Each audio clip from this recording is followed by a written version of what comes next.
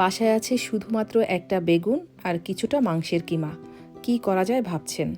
তাহলে আজই তৈরি করে ফেলুন এই অসম্ভব মজার, বিশেষ করে প্রেজেন্টেবল একটি আইটেম, বিফ কিমা স্টাফড বেগুন। কী যে মজার এই আইটেমটি, তার চেয়েও বেশি হচ্ছে আকর্ষণীয়। চলুন দেখে আসি এই সহজ এবং আকর্ষণীয় রেসিপিটি এক নজরে।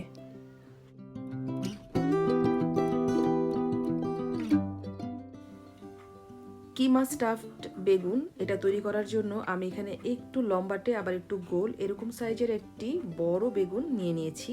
বেগুনটাকে প্রথমে ভালো করে ধুয়ে নিয়েছি, তারপর একদম মিডল বরাবর বেগুনটাকে আড়াআড়িভাবে কেটে নিতে হবে। এমনভাবে কাটতে হবে একটু সাবধানে, যেন দুইটা পার্টই সমান হয় সেদিকে লক্ষ্য রাখতে হবে।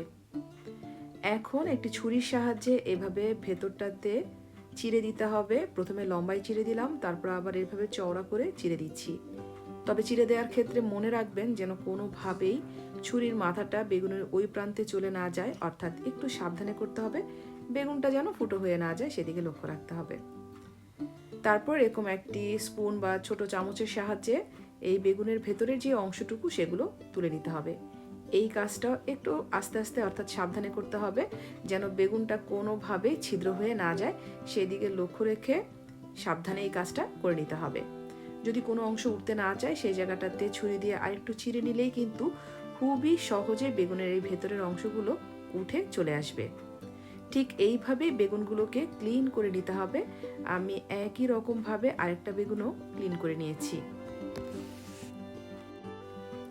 দুটো বেগুনকেই খুব সুন্দরভাবে এরকম ক্লিন করে নিয়ে তারপর বেগুনের যে ভেতরের অংশগুলো বের হয়েছে সেগুলোকেও একটি চপার বা ছুরির সাহায্যে চপ করে নিতে হবে, অর্থাৎ কিছুটা ছোট ছোট করে কেটে নিতে হবে।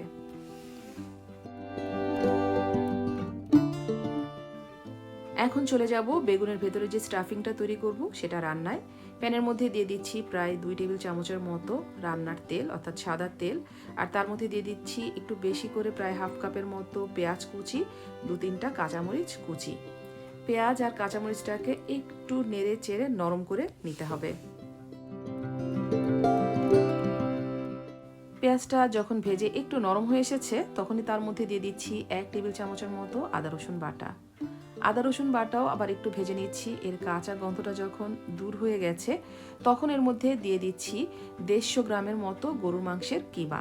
আপনারা মাটন, ল্যাম্ব বা মুরগির কিমা দিয়েও এটা করতে পারেন।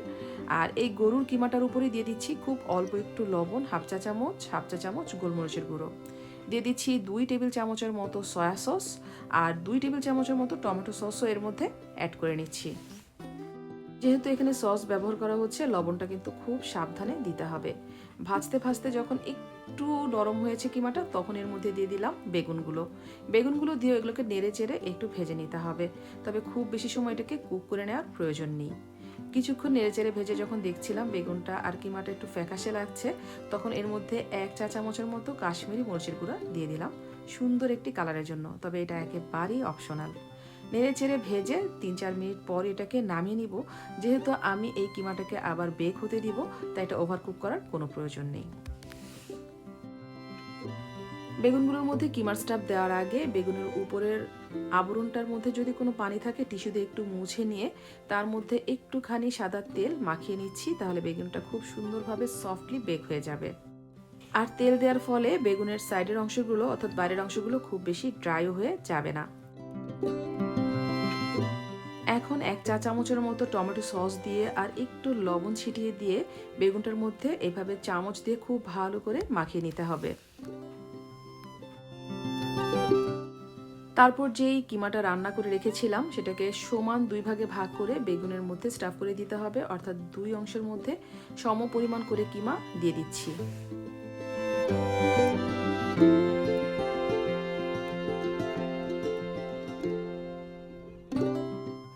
উপরে আবারও একটুখানি টমেটো সস এভাবে ছিটিয়ে দিচ্ছি। আসলে টেস্ট করার জন্য আপনি যা যা দেওয়ার দিতে পারেন।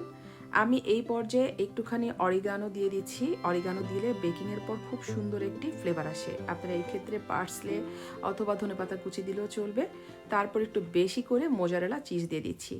আর এই চিজের কোনো পরিমাণ নেই, আপনারা যতটুকু দিতে চান যত বেশি দিবেন ততই টেস্টি হবে। উপরে আবার একটুখানি গোলমরিচের গুঁড়া ছিটিয়ে দিচ্ছি, আর দিয়ে দিচ্ছি দেখার সৌন্দর্যের জন্য, অর্থাৎ বেক হওয়ার পরে খুব ভালো লাগবে দেখতে, তাই একটুখানি ধনেপাতা কুচি আর একটুখানি চিলি ফ্লেক্সও ছিটিয়ে দিচ্ছি, অর্থাৎ সবুজ আর লাল কালারের জন্য এটা বেক হয়ে যাওয়ার পর দেখতে খুবই প্রেজেন্টেবল লাগবে। হয়ে গেছে। আপনারা ইচ্ছা করলে একটি প্যানের মধ্যে তেল দিয়ে অল্প আঁচে বসিয়ে ঢেকে এটাকে কুক করে নিতে পারেন, কিন্তু যেহেতু আজকে আমি ওভেনে করব তাই একটি ট্রের মধ্যে ফয়েল পেপার বিছিয়ে নিয়ে তার মধ্যে বেগুনের পিসগুলোকে তুলে নিয়েছি। আর এখন যেটা করব, একটু দেখতে সুন্দর লাগবে সাইডগুলোতে একটুখানি টমেটো সস আরেকবারও ছিটিয়ে দিয়ে এটাকে ওভেনে দিয়ে দিব 180 ডিগ্রিতে 35 থেকে 40 মিনিটের জন্য। অলরেডি আমি ওভেনকে 180 ডিগ্রিতে 10 মিনিটের জন্য প্রিহিট করে নিয়েছি, আর এটা মিডল রেখে ফ্যান বেক হবে, তবে অবশ্যই এটাকে একটি ফয়েল দিয়ে এভাবে কাভার করে দিতে হবে।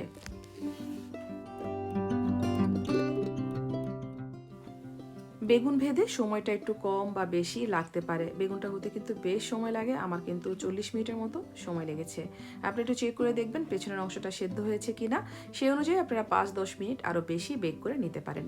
আর বেকিংয়ের পর আমি এরকম একটু ধনেপাতা কুচি, চিলি ফ্লেক্স আবারও ছিটিয়ে দিয়েছি, আর তৈরি হয়ে গেল মোস্ট প্রেজেন্টেবল একটি আইটেম, কিমা স্টাফড বেগুন। আশা করছি আমার এই সহজ রেসিপিটি আপনাদের নজর কেড়েছে। আজকের মতো বিদায় নিচ্ছি, আল্লাহ হাফেজ।